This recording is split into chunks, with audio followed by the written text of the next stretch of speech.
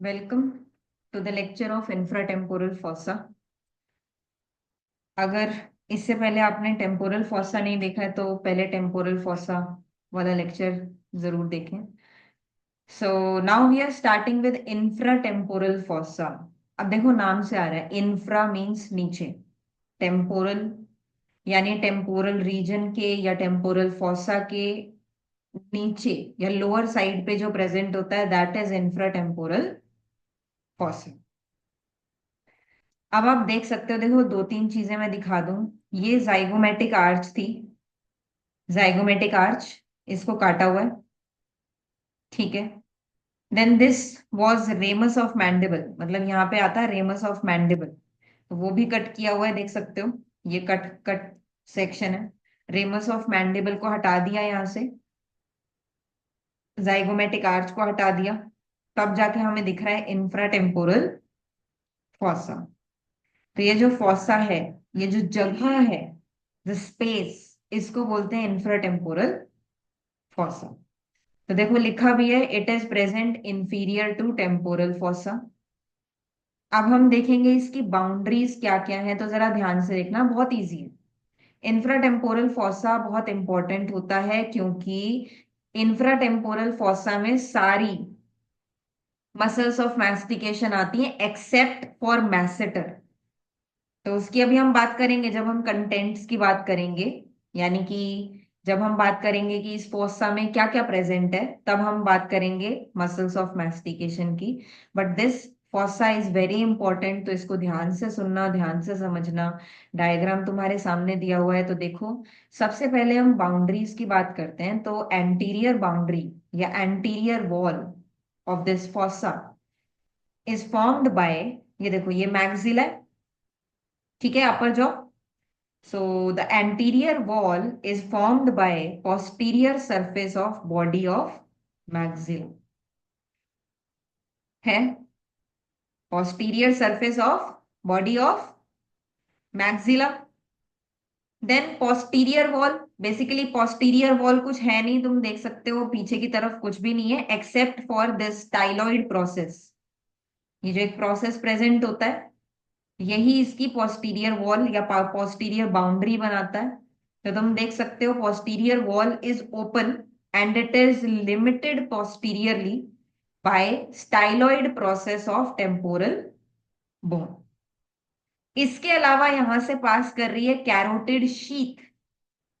ना if you remember, carotid sheath क्या होती है, हमारे नेक रीजन से एक शीथ जा रही है, यहां से नेक रीजन से ऊपर की तरफ जा रही है। इस कैरोटिड शीथ यानी ये क्या है, एक मेम्ब्रेन जैसा स्ट्रक्चर है। इसको मान लो एक मेम्ब्रेन जैसा स्ट्रक्चर है, इसके अंदर तीन चीजें प्रेजेंट होती हैं। एक होती है कैरोटिड आर्टरी, कैरोटिड आर्टरी।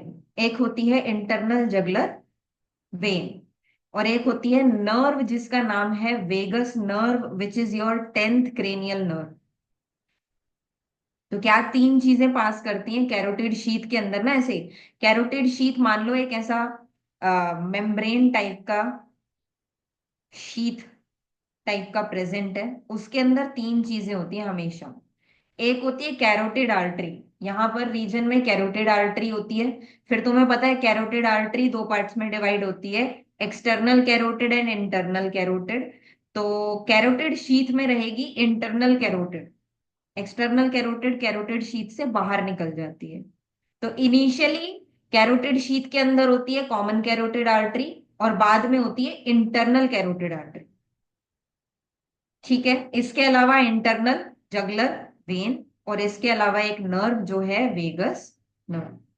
तो यहाँ पोस्टीरियरली पास कर रही है कैरोटिड शीथ, और इसके अलावा ये प्रेजेंट है स्टाइलॉइड प्रोसेस। तो एंटीरियर वॉल हो गया, पोस्टीरियर वॉल हो गया, अब क्या बचा, मीडियल वॉल।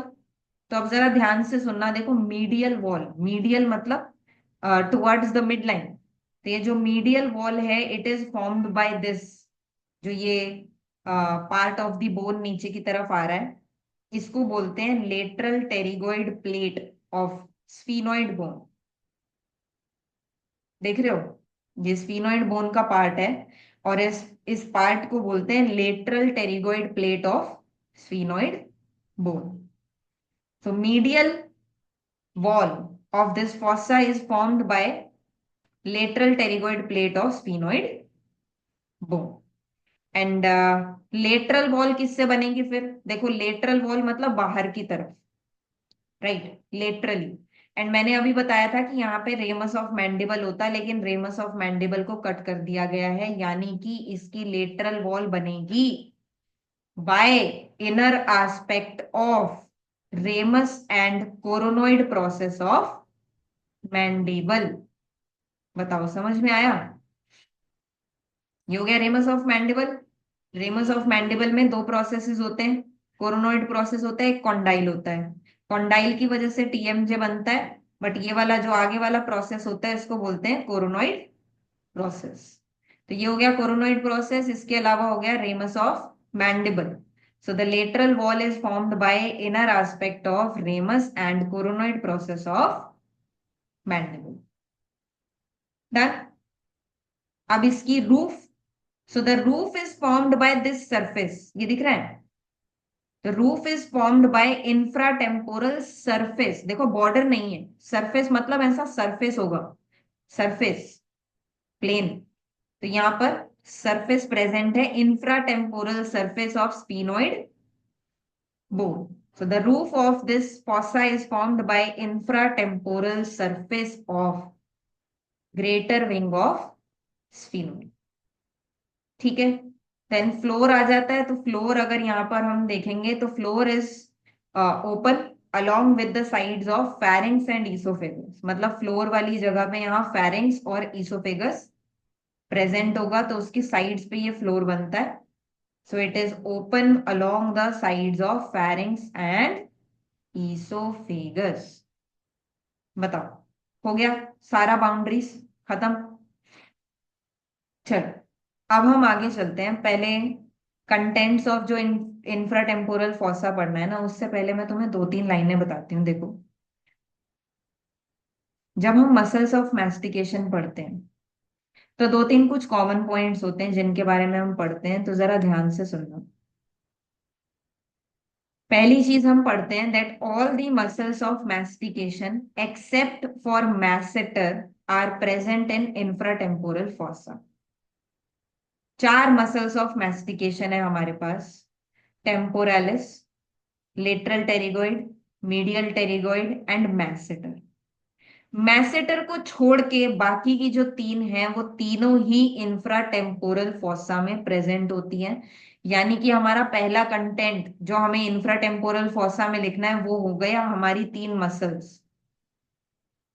देखो, जो टेम्पोरालिस मसल है वो ऑब्वियसली टेम्पोरल फॉसा में होती है, लेकिन उसका जो टेंडन होता है ना, मतलब लास्ट का एक पोर्शन जो होता है टेंडन वाला पार्ट, वो इंफ्राटेम्पोरल फॉसा में आता है।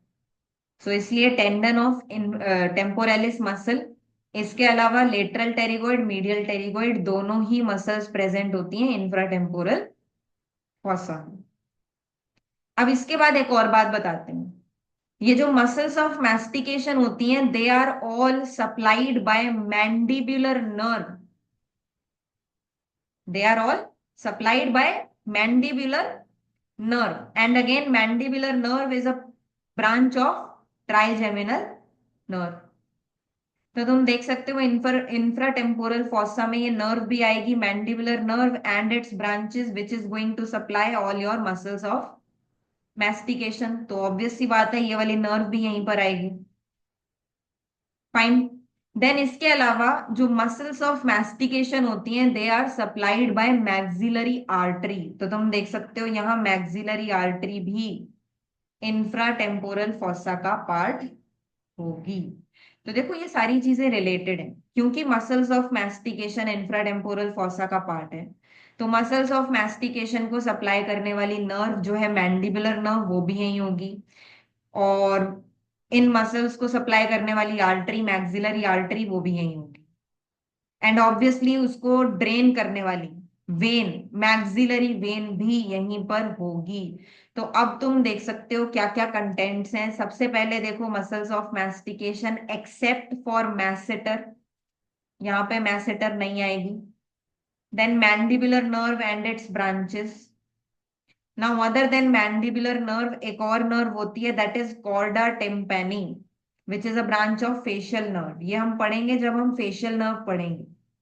तो तुम देख सकते हो chorda tympani, which is responsible for taste, pain, temperature, sensations, like it is taking up these sensory sensations from anterior two-third of the tongue. Do you get this? इसके अलावा सब मैंडिबुलर एंड सब लिंगुअल ग्लैंड से secretion of saliva को control करती है chorda टिम्पैनी। बताओ, ठीक है। बाकी जब हम फेशियल नर्व पढ़ेंगे तो कॉर्डा टिम्पैनी के बारे में और भी ज्यादा डिस्कस करेंगे। ये वाली जो नर्व है ये भी इंफ्राटेम्पोरल फॉसा में प्रेजेंट होती है। And other than that there is a ganglion known as otic ganglion. तो तुम देख सकते हो यहाँ पे ये ओटिक गैंग्लियन का डायग्राम दिखाया हुआ है। So otic ganglion is also present here. ठीक है।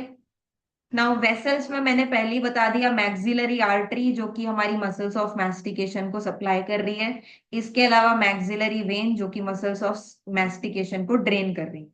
एंड मैक्सिलरी वेन जो कि अल्टीमेटली ड्रेन करती है pterygoid plexus of veins. Now obviously pterygoid muscles यहाँ पे प्रेजेंट है, तो टेरिगोइड प्लेक्सस ऑफ वेन्स भी यहीं पर प्रेजेंट होगा। यहाँ जो वेन्स है वो उनका एक प्लेक्सस बनता है, एक नेटवर्क बनता है जिसको बोलते हैं टेरिगोइड प्लेक्सस ऑफ वेन्स। तो ये वाला प्लेक्सस भी इंफ्राटेम्पोरल फॉसा में ही प्रेजेंट होता है। अब तुम थोड़ा सा डिफरेंट व्यू में इंफ्राटेम्पोरल फॉसा देख सकते हो। देखो ये नीचे की साइड से, यहाँ यहां से अगर हम व्यू करते हैं तो यहां से दिखाया हुआ है, ये जो डॉटेड डॉटेड मार्क किया हुआ है, this is all infratemporal fossa.